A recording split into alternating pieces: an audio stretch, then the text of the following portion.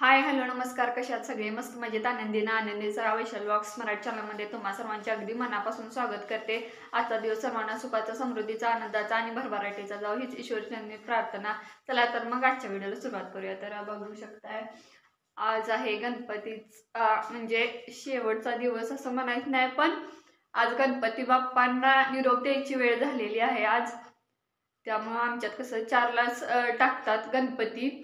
आज टाकणार नाही आम्ही, फक्त हे गणपतीची मूर्ती आम्ही काय करतो, विसर्जित न करता किंवा त्याचं विसर्जन न करता दान करतोय असं एका ठिकाणी, आणि कुंडामध्ये जे काय निर्माल्य आहे ते टाकतोय.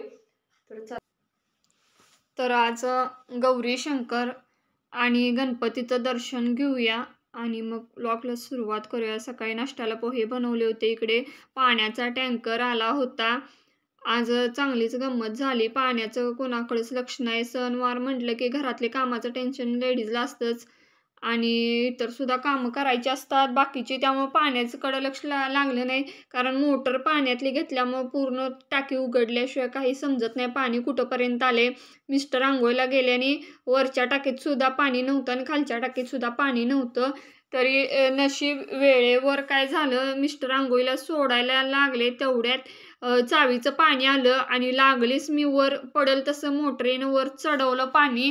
त्यामुळे मिस्टरांची आंघोळ झाली, नाहीतरच चांगलीच गंमत झाली होती आज.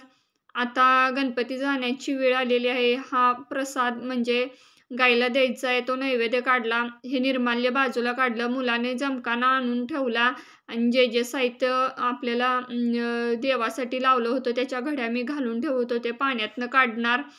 काढता काढता सगळं निर्माल्याचं थोडं खाली पडलं, म्हणलं लगेचच झाडून घेऊया.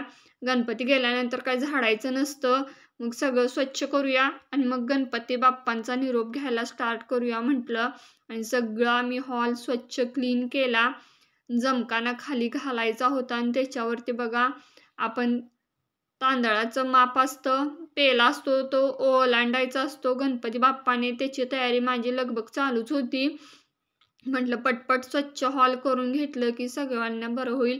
तेवढ्यात मिस्टर मुलं गेलीत फरसाण आणायला. फरसाणा चिरमुरं लागतात प्रसाद म्हणून, तर तो मुलांनी 2-3 दिवस खाऊन संपवलीत. आता लागणारच होता म्हणून ती आणायला गेल्या.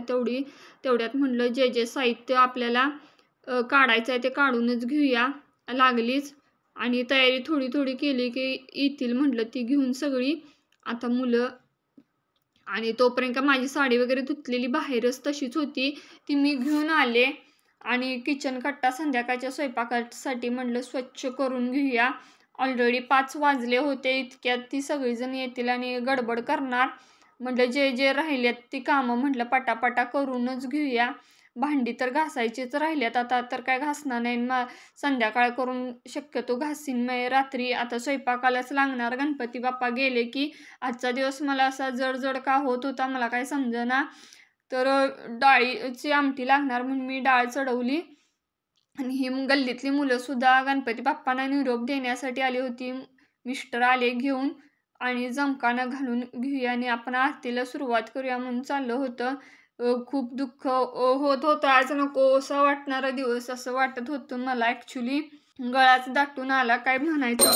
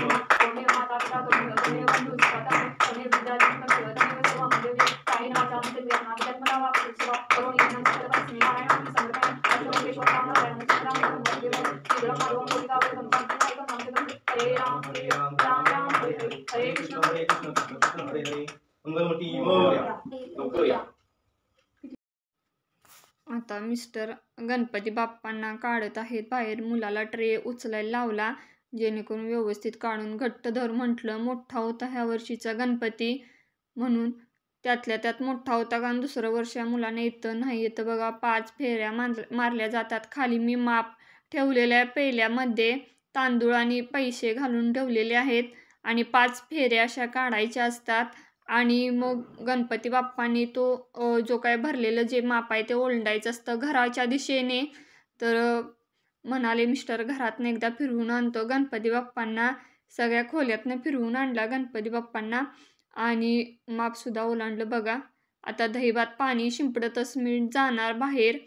तर बाहेर आमच्या इथे कॅन्सल केलं दान करायचं. इथे विहीर आहे, तिथेच आपण ह्या वर्षी गणपती बाप्पा वाहूया असं चाललं. आता घराच्या बाहेर तिथेच वाहून येणार. आणि आजचा गणपती बाप्पांचा निरोप घेतानाचा व्लॉग कसा वाटला ते नक्की कमेंट करून सांगा. थँक्यू.